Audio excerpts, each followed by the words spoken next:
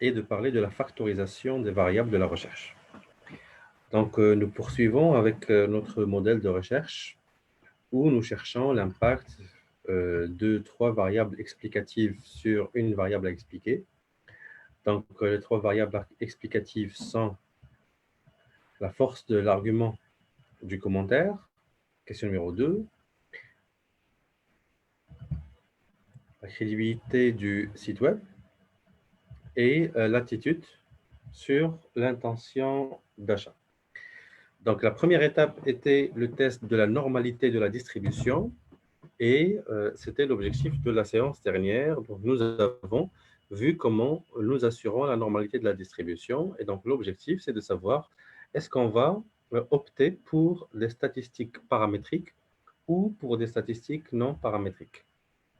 Donc, puisqu'aujourd'hui, nous avons pu attester, grâce à la taille de l'échantillon qui est importante et grâce au coefficient d'asymétrie et d'aplatissement qui ne dépasse pas la marge de moins 2 plus 2, donc nous avons attesté que nous pouvons opérer des statistiques paramétriques sans risque d'aberration et nous pouvons tester nos hypothèses avec ce type de statistiques. Deuxième question qui se pose, c'est la nature des variables. Et donc, c'est à ça que nous allons essayer de répondre aujourd'hui. Les variables que nous avons sont des variables latentes, comme vous voyez. Donc, les variables latentes sont composées de quatre items. Or, nous voulons tester des relations directes entre une variable qui va s'appeler la force de l'argument des commentaires et une variable qui va s'appeler l'intention d'achat. Pour l'intention d'achat, on n'a pas de problème parce que c'est un seul item et donc c'est une seule variable. Or, ici, nous avons quatre items. Donc, certains vont se dire comment on va opérer la chose. Est-ce qu'on va prendre chacun des items et tester sa relation directe avec la variable à expliquer ou comment on va faire? Et donc, maintenant, on va opter pour la réduction des dimensions grâce à la factorisation. Et donc, c'est à ça que va servir l'analyse factorielle en composante principale. Et donc, l'analyse factorielle en composante principale, c'est lorsque nous allons essayer de réduire quatre items en une seule macro-variable. D'accord? Donc, c'est l'objectif de la réduction des dimensions. Donc, pour ce faire, nous allons travailler sur analyse, réduction des dimensions, analyse factorielle. Donc, réduction de dimensions puis analyse factorielle. Là, nous allons essayer de réduire ces quatre items en une seule macro-variable, comme je viens d'expliquer. Donc, là, nous avons les quatre items, et voilà. Et nous allons opérer l'analyse factorielle en composante principale. Donc, pour ce faire, nous allons d'abord demander à avoir les coefficients de la matrice de corrélation. D'accord? Donc, les coefficients de la matrice de corrélation, c'est la première des choses qu'on fait. Et on demande d'avoir l'indice KMO et le test de sphéricité de Bartlett. Ce sont les deux premières choses qu'on fait. Et les résultats de cette première opération vont conditionner les autres qui vont suivre. Donc, je vais expliquer.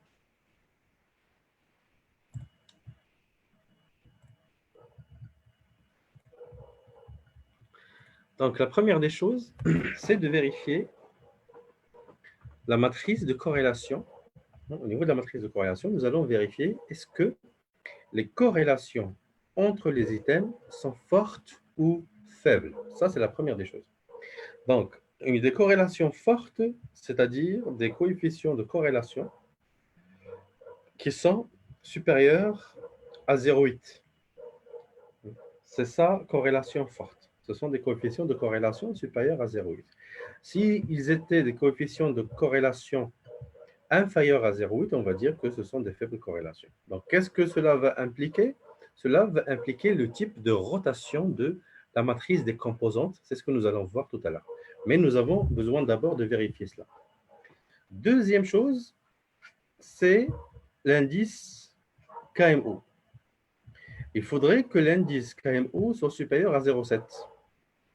Et il faudrait que le qui carré du test de sphéricité de Bartlett soit significatif au seuil inférieur à 0,05. Donc, juste à titre de rappel, l'indice KMO, vous voyez, c'est l'indice de Kaiser, Meyer, Holkin. D'accord? Ce sont les trois auteurs qui ont proposé cet indice pour la première fois, Kaiser, Meyer et Holkin. Et il mesure le degré de précision de l'échantillonnage. Le degré de précision de l'échantillonnage, c'est-à-dire que lorsque l'indice KMO est proche de 1, on va dire que l'échantillon est adéquat pour une analyse factorielle. C'est-à-dire que nous avons la possibilité d'opérer une analyse factorielle sur cet échantillon. Si l'indice KMO est inférieur à 0,7, c'est-à-dire il est de 0,5 ou voire moins, là, on va dire que nous ne pouvons pas opérer d'analyse factorielle puisque la taille de l'échantillon ne le permet pas et puisque la précision de l'échantillon ne le permet pas. Ça, c'est très important. On ne vient pas comme ça et on opère des analyses factorielles sur des échantillons qui ne sont pas vérifiés. C'est pour cela que la taille de l'échantillon est trop importante. D'accord? Et donc là, je dis, il faut que l'indice KMO et le test de Bartlett soient significatifs pour vérifier que les conditions de factorisation sont réunies et pour dire que nous avons la possibilité quand même d'opérer une analyse factorielle. Très bien. Donc, ces deux conditions sont réunies, donc il n'y a pas de problème. Maintenant, on pourrait revenir sur notre analyse et la compléter sans problème. Donc, l'analyse factorielle, là, voilà. Maintenant, j'ai voilà, les coefficients, je les ai eus. J'ai l'indice KMO, je l'ai eu. Maintenant, on passe à l'extraction. Donc, je vérifie bien que la méthode, c'est la méthode de composante principale parce que c'est ce que je cherche. Je cherche à extraire des composantes. Hein. Je cherche à extraire, je ne cherche pas à avoir d'autres analyses factorielles parce qu'il y en a beaucoup. Hein. Il y a ici le maximum de vraisemblance, c'est proche un peu de la méthode PLS, hein, etc. Moi, je cherche à extraire une composante principale ou des composantes principales. Ces composantes principales vont être les macro-variables que je cherche. C'est ce que nous cherchons à opérer. Nous cherchons à réduire ces 4 items en un seul item. Idéalement, hein, il faudrait que ce soit un seul item parce que c'est une seule variable qui s'appelle la force de l'argument. Et donc, idéalement, il faudrait que j'ai un seul. Maintenant, je vais me baser sur la matrice de corrélation, il n'y a aucun problème. Et là, j'ai l'extraction. Est-ce que je cherche une extraction de facteurs pour avoir un seul facteur?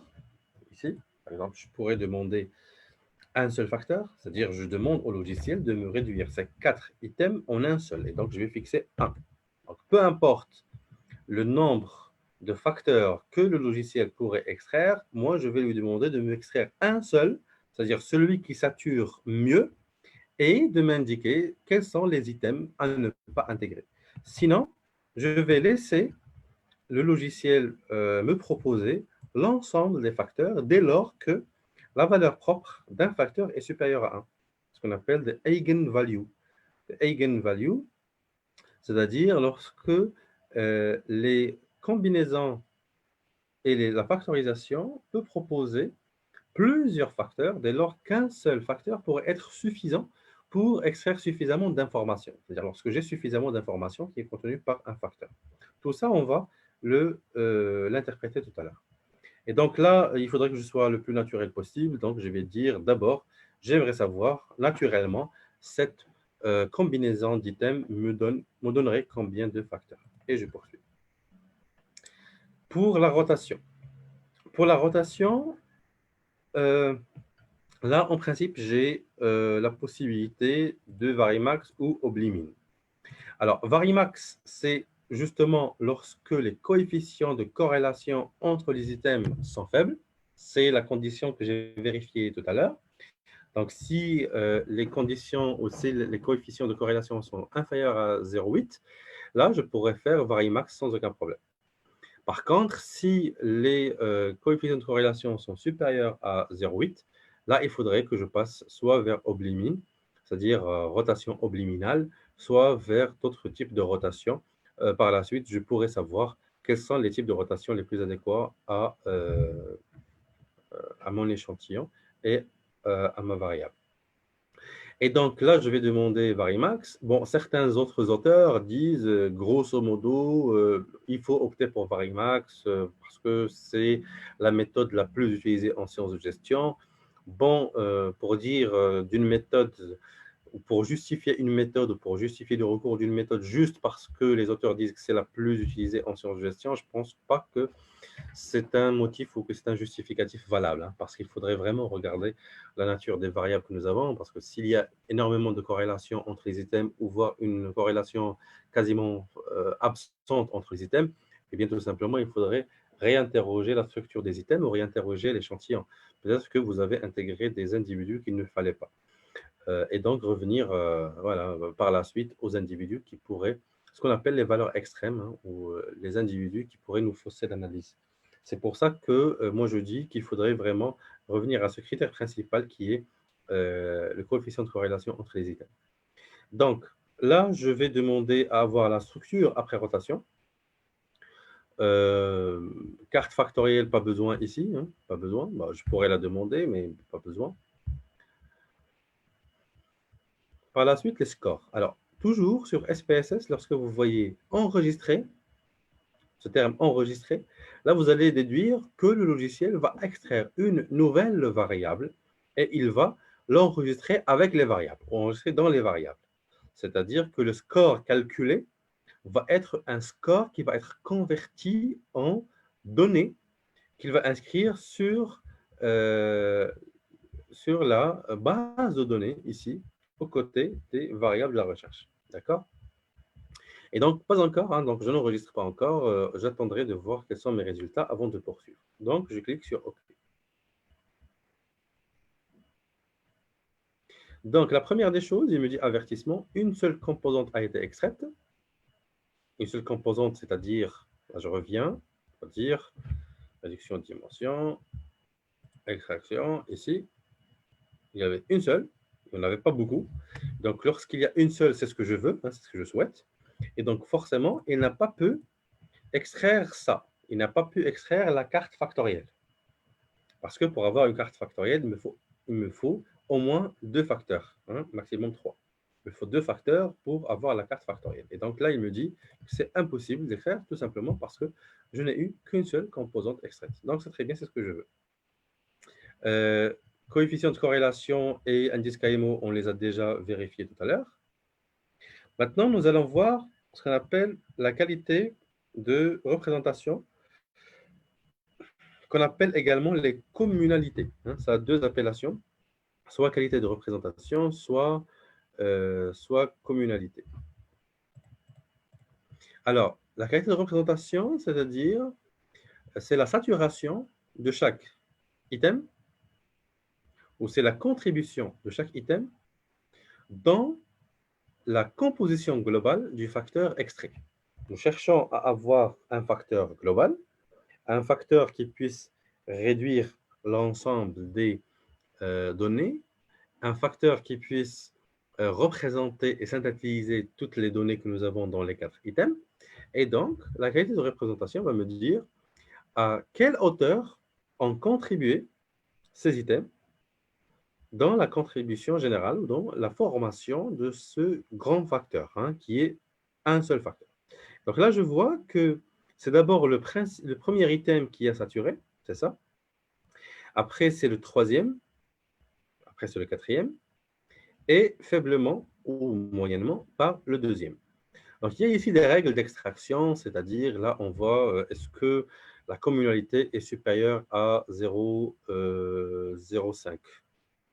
C'est les supérieurs, pardon, 0,5 ou 0,3. C'est entre 0,5 et 0,3. Dans la première, on est un peu plus tolérant, ici, on est un peu plus tolérant, mais ici, on est un peu moins tolérant. Ici, on accepte 0,3. Mais ici, pardon, ici on accepte 0,5. On est moins tolérant ici. Et ici, on est plus tolérant. Donc là, on accepte jusqu'à 0,3. Juste pour vous dire, dans les équations structurelles, là, on est vraiment très rigoureux. Si ce n'est pas supérieur à 0,5, ben, on n'accepte pas. Par la suite, c'est au chercheur de voir. Pour moi, je dis que le chercheur, s'il a le choix de maintenir ou de rejeter des items, et s'il a, j'allais dire, s'il a suffisamment de données, suffisamment de variables, eh bien, il serait convenable de ne retenir que les items qui contribuent fortement à la composition de variables pour avoir une homogénéité interne qui est assez forte pour avoir des scores factoriels globaux qui pourraient être pertinents. D'accord? Pour ne pas y aller avec une équipe. Hein. Lorsque j'en parle dans la salle de cours, là, je dis, c'est comme si nous avons une équipe de football. J'ai 4 joueurs et avec ces 4 joueurs, j'ai envie de former voilà, une équipe. Donc, j'essaierai de voir quelles sont les performances de mes joueurs. Hein. Là, je suis en train de voir les performances de mes joueurs. Et donc, c'est le principal joueur, c'est le deuxième, c'est le troisième, et ça, c'est le quatrième. Donc, je vais voir, est-ce que ce n'est pas un joueur qui risquerait d'handicaper carrément mon équipe. D'accord? Juste pour vous dire, ce test de factorisation, c'est pour vérifier ce qu'on appelle la validité interne de l'échelle de mesure. Donc, c'est ce qu'on appelle la validité interne de l'échelle de mesure. Ça fait partie de l'ensemble des tests psychométriques des variables de la recherche. Donc, c'est ce que nous sommes en train d'attester maintenant. Par la suite, je vérifie la variance totale expliquée. Donc là, il n'y a aucun problème. J'ai un seul facteur. J'ai une seule composante qui représente 65%, voire 66% de la variance. C'est-à-dire, en retenant ce facteur, j'aurai 76% de l'information. Et donc, j'aurai quelque chose comme 34% de perte d'information. Vous voyez, c'est la rétention de l'information. Donc, ce facteur me retient combien d'informations et me fait perdre combien d'informations. Ça, c'est très important. C'est très important et on va vous demander ça. On va vous poser cette question lors de la soutenance de la thèse généralement ou de votre mémoire de recherche. On va vous dire, votre modèle restitue combien d'informations et vous avez un taux de perte d'information de combien? C'est très, très, très, très, très important. Pourquoi? Parce que si vous avez ici 34% de perte d'information, sur le deuxième facteur aussi 30 ou 40%, sur le troisième, etc., on va faire une moyenne de la perte d'information. Donc, il y a déjà des règles de calcul pour la perte d'information globale sur un modèle.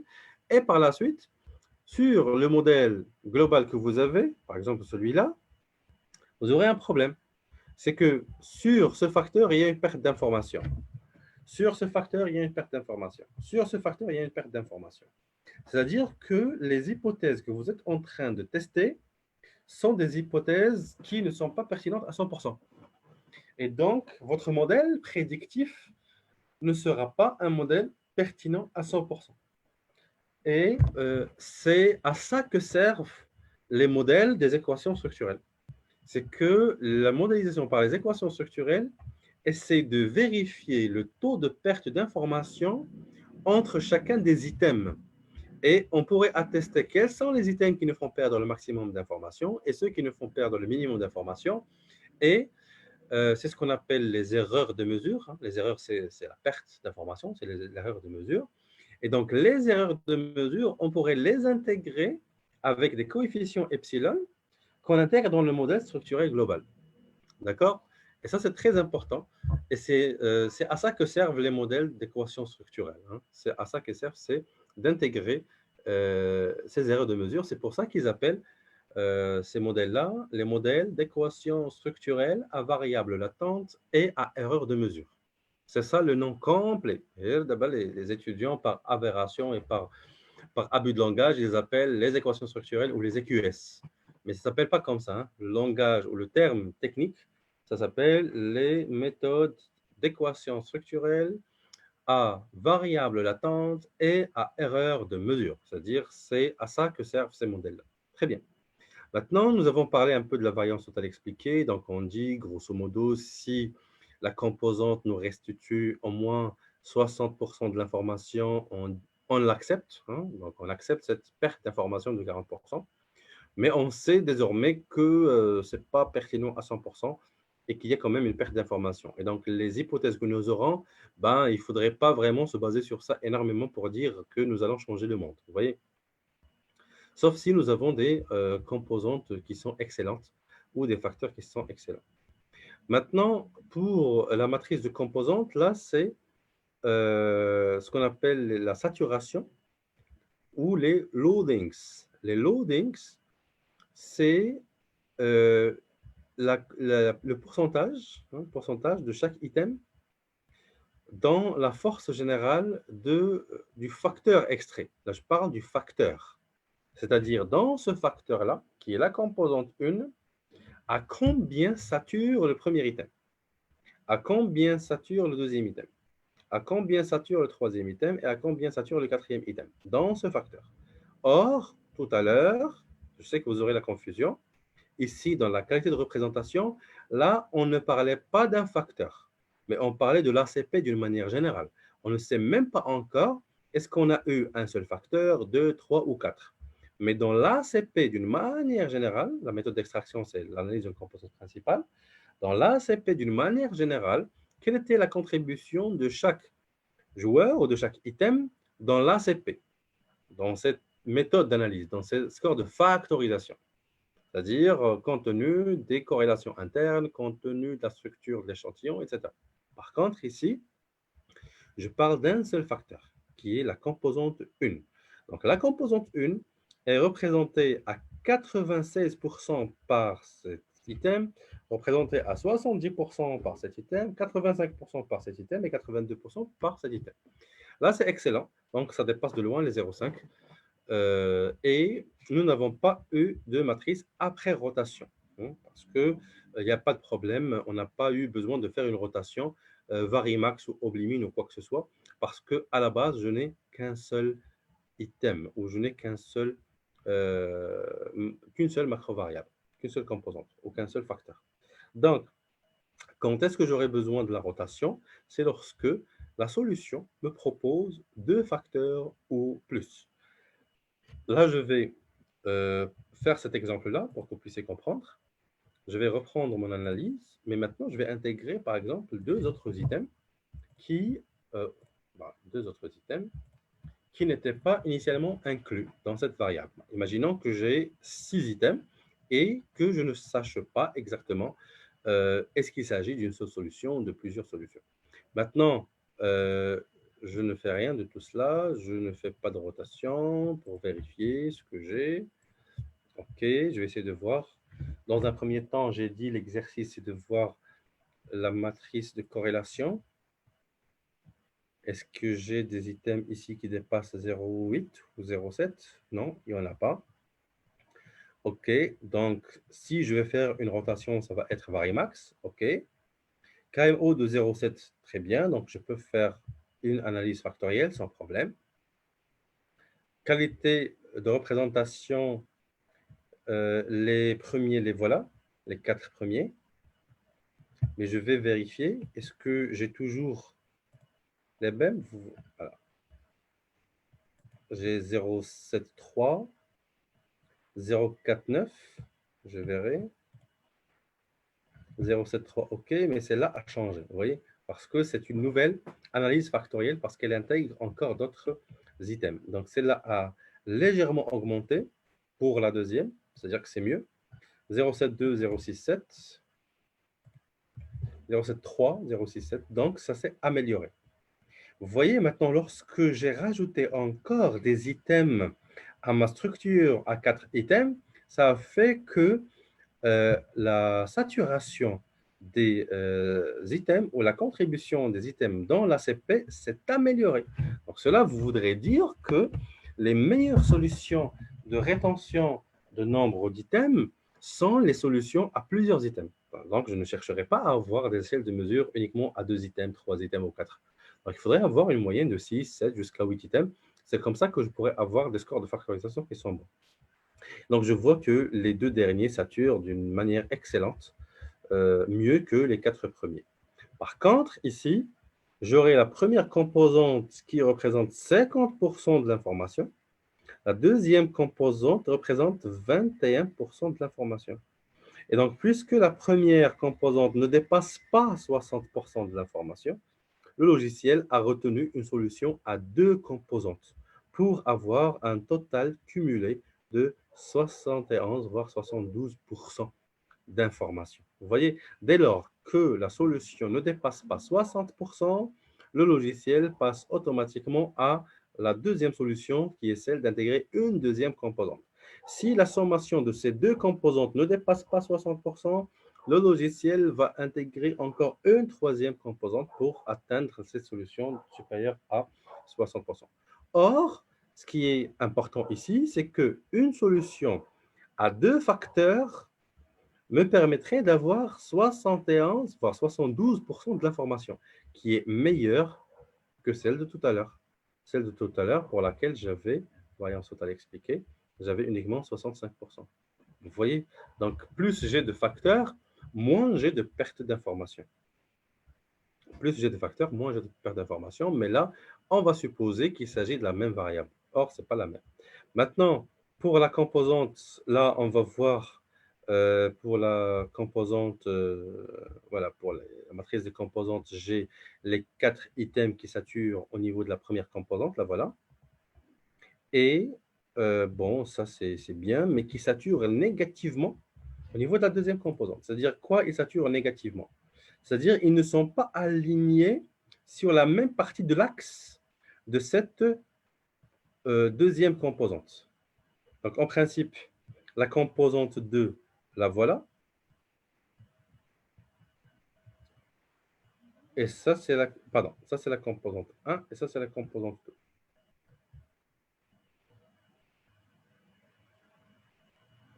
Donc là, j'ai la composante 1 et là, j'ai la composante 2. Et donc, rien qu'à la lecture de ces variables, là, je pourrais comprendre que ces 4 s'alignent dans une partie de l'axe et les autres s'alignent dans l'autre partie. Or, ici, je n'ai pas de signe négatif, alors que au niveau de la matrice, il me montre que certains sont dans une partie, certains sont dans l'autre partie. Donc là, je comprends que le logiciel a fait déjà une rotation parce que c'est impossible pour le logiciel de me proposer une ACP comme ça s'il ne fait pas de rotation. Et donc là, je vais demander à faire une rotation.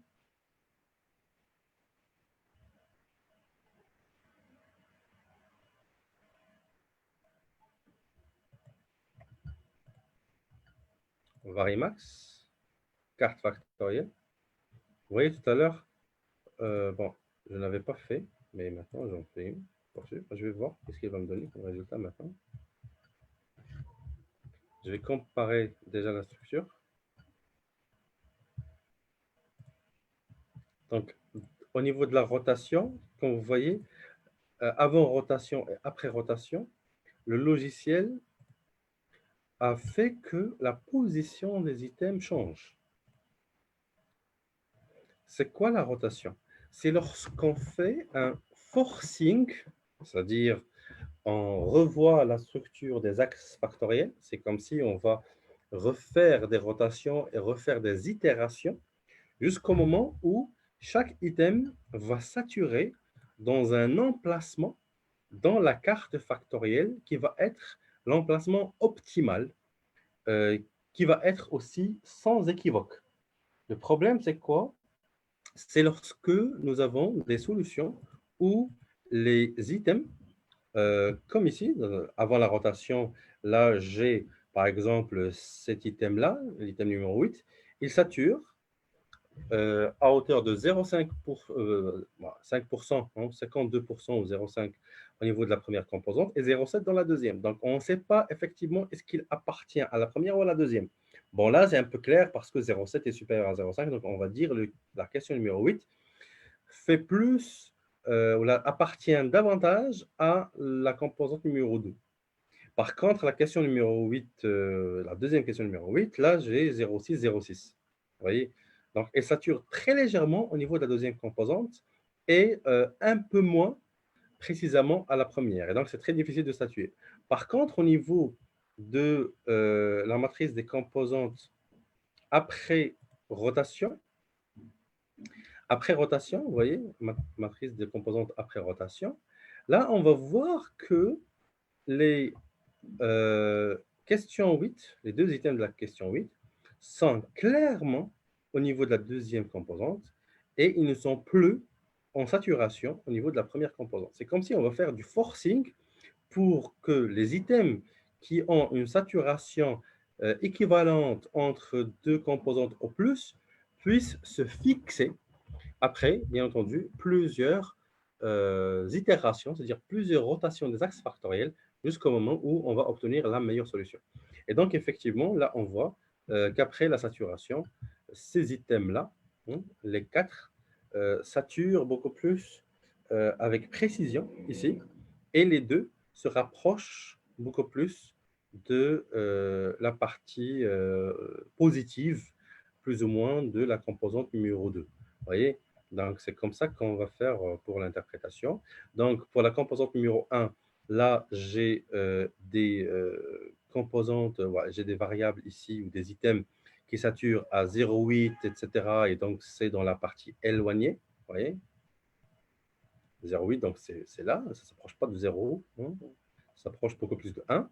Et c'est dans la partie positive. Donc, c'est ici, dans la partie positive de la composante numéro 1.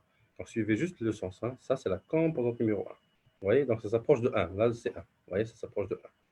Par contre, les deux autres, c'est 0,9 et 0,8. C'est dans la partie qui s'approche de 1. Voilà, 0,9 et 0,8. Et qui s'approche beaucoup plus de 1 au niveau de la deuxième composante. Et il s'éloigne vraiment de la première composante. Et donc, c'est à ça que sert la rotation dans l'axe factoriel, c'est pour isoler les composantes. Alors, ça, c'était bien pour moi. Lorsque j'ai maintenant deux composantes, ça va, je pourrais interpréter les résultats de l'analyse factorielle.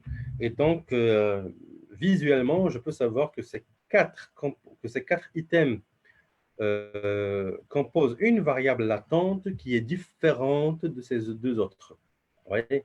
Et donc là, en fait, j'ai deux variables latentes et non une seule. Tout à l'heure, je n'ai pas eu ça.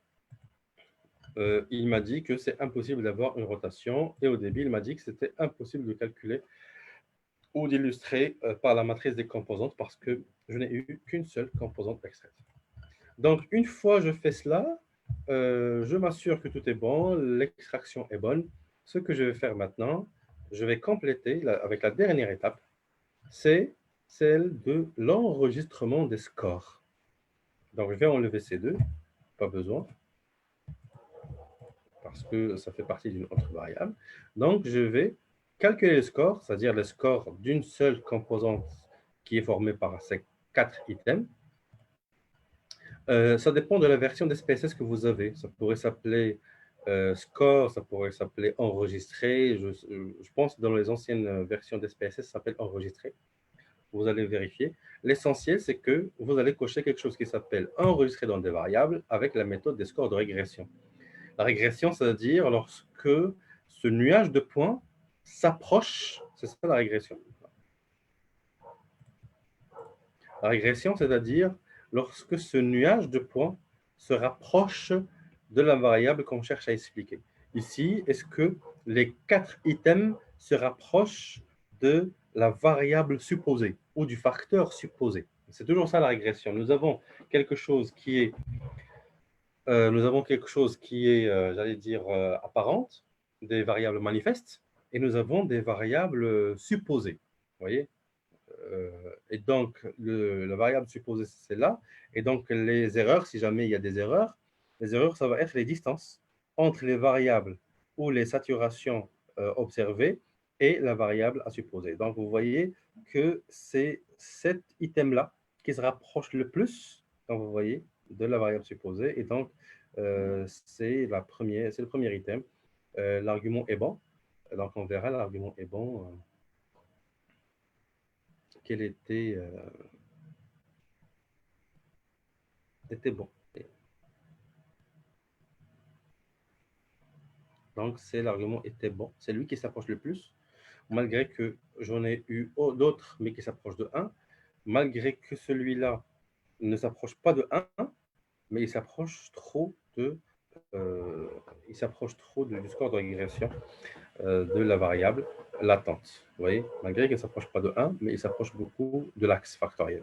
Donc, tout ça, on va le comprendre mieux quand on va passer à la régression. Mais c'est juste pour vous dire que la manière d'enregistrer ce score factoriel, ça va être un score de régression.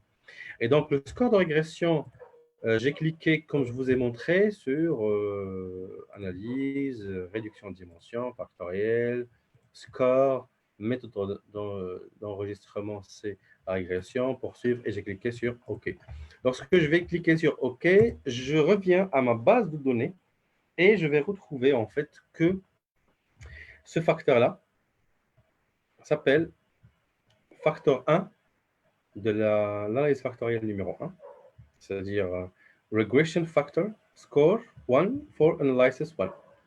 Comme vous voyez, c'est score de régression.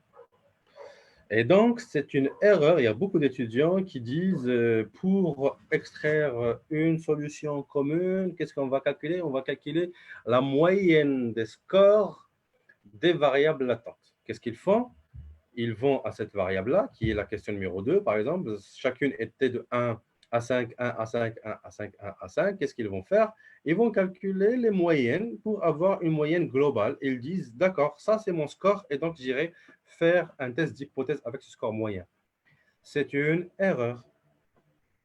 C'est une erreur.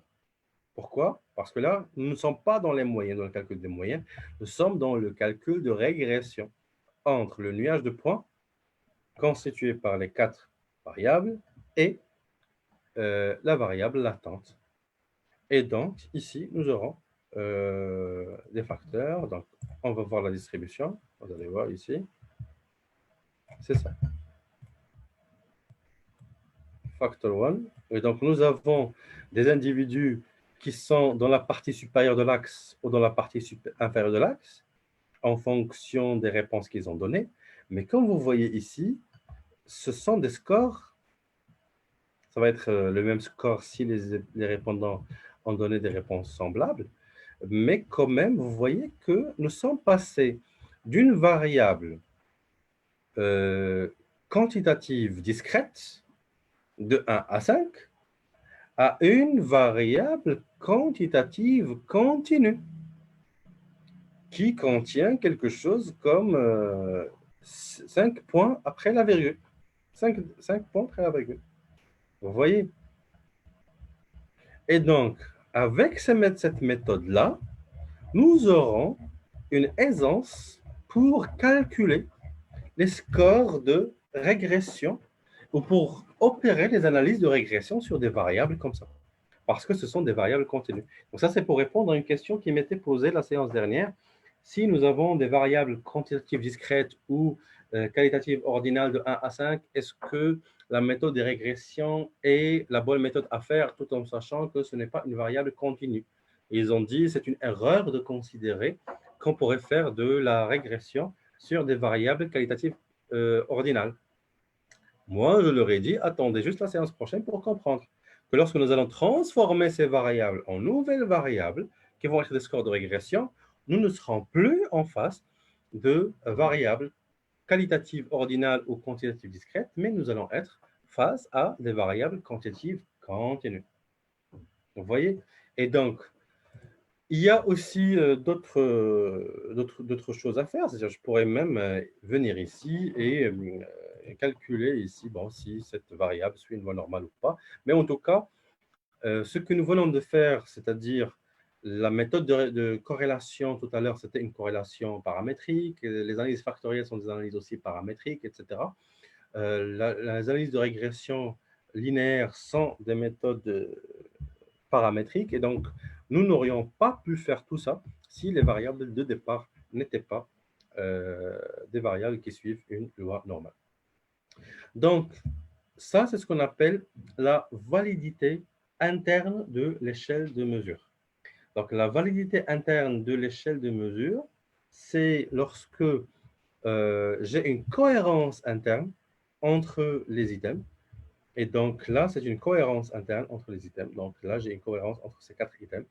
Donc là, j'ai pu vérifier un peu cette validité interne. Et donc, nous pouvons avoir aussi, c'est ce qu'on appelle aussi la validité convergente. D'accord? Ça, c'est la validité convergente. La validité convergente, c'est aussi lorsque nous pouvons obtenir des solutions où les variables convergent. Là, il y a une autre validité, mais qu'on ne peut pas calculer ici avec SPSS, mais qu'on calcule sur les équations structurelles. C'est ce qu'on appelle la validité discriminante. La validité discriminante, c'est-à-dire est-ce que cet item serait mieux dans une solution avec ce groupe ou alors ferait-il partie de l'autre groupe? Vous voyez? C'est surtout lorsqu'il y a un rapprochement entre les nuages de points. Ce qu'on appelle la validité discriminante. Donc, lorsque vous allez vouloir tester des hypothèses un peu plus robustes, eh bien, il faudrait passer un peu il faudrait aussi passer ce test de validité discriminante aux côtés de la validité convergente. Et donc, je rappelle que je suis en train d'exposer les conditions de la qualité psychométrique des échelles de mesure avant de passer au test des hypothèses par les méthodes de régression linéaire. Et donc, après avoir vérifié la validité interne et la validité convergente de l'échelle de mesure, la validité convergente et la validité discriminante, la cohérence interne, il faudrait passer vers un autre test qui est celui de la fiabilité. La fiabilité, c'est l'alpha de Cronbach. Donc, pour présenter ça d'une manière plus ou moins plus simple, tout à l'heure, qu'est-ce que je testais? Tout à l'heure, je testais si mes joueurs que j'ai dans mon équipe ont des performances qui sont bonnes. Vous voyez, là, je cherchais si mes joueurs ont des performances qui sont bonnes. Donc, ce joueur a une excellente performance, ce joueur a une excellente performance, celui-là, il a aussi une bonne performance, et celui-là, il n'a pas une bonne performance interne. Par la suite, j'ai testé. Est-ce que mes joueurs ont une bonne performance si jamais j'ai envie de les regrouper pour jouer dans ce championnat, c'est-à-dire pour former la composante numéro 1, le facteur numéro 1. Là, j'ai vu que les performances des joueurs ont changé. Vous voyez, il y avait certains qui saturaient négativement ou faiblement. Maintenant, ils saturent d'une meilleure manière. Maintenant, la dernière chose, et on m'appelle pour me demander d'arrêter, c'est la dernière chose. Là, je verrai, est-ce que mes joueurs sont bons pour que je puisse aller jouer dans des championnats internationaux. Et donc, je verrai si l'alpha de Cronbach est bon. Pour vérifier si l'alpha de Cronbach est bon, je vais demander l'alpha de Cronbach et je vais demander ici l'alpha de Cronbach sans l'élément. Et je vais vous dire comment on interprète cela. Donc, l'alpha de Cronbach, c'est la statistique de fiabilité globale.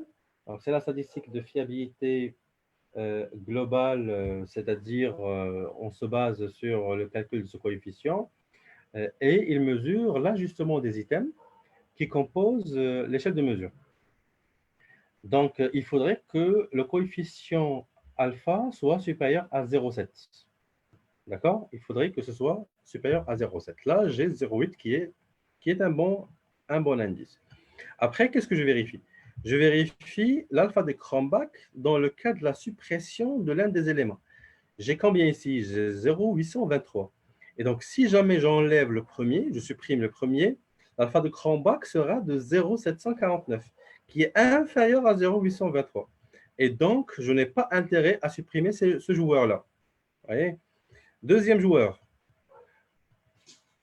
j'ai l'alpha de Cronbach qui est de 0,823, mais si je supprime le deuxième, l'alpha de Cronbach va devenir de 0,835, qui est supérieur à l'alpha de Cronbach. Et donc, peut-être que l'alpha de Cronbach m'indique qu'il convient de supprimer le deuxième item pour avoir une meilleure cohérence et pour avoir une meilleure fiabilité de l'échelle de mesure ou des items. C'est-à-dire que les items sont en train de mesurer ce qu'ils sont censés mesurer. C'est comme ça qu'on interprète la valeur Cranbach. On dit, est-ce que les items mesurent bien ce qu'ils sont censés mesurer? Et c'est grâce à ça qu'on va pouvoir opérer cette analyse-là. Donc, tout simplement, on va copier ces tableaux, on va les mettre sur nos rapports et on va les interpréter comme ce que je viens de vous dire. Et je pense que je vais m'arrêter là. On me demande d'arrêter, on a déjà débordé. On a commencé un peu tard parce qu'il y avait des problèmes techniques. Je pense qu'il y avait un live avant moi, et donc je n'arrivais pas à mettre le live. Et je pense que là, on est encore en train de retarder le live qui va venir juste après. Donc, si vous avez des questions, laissez-les sur le groupe SOS Méthodo qu'on a créé avec des collègues, comme j'avais dit. Donc, laissez-moi vos questions sur le groupe SOS Méthodo. Si les réponses sont simples, on va répondre rapidement. Si les réponses prennent un peu de temps, on va répondre dans le live de la séance prochaine, Inch'Allah. Je vous remercie de votre attention et je vous retrouve dans une séance à venir, Inch'Allah. Même heure, même endroit, sur Khayaftar, le mardi prochain, Inch'Allah. Je vous remercie.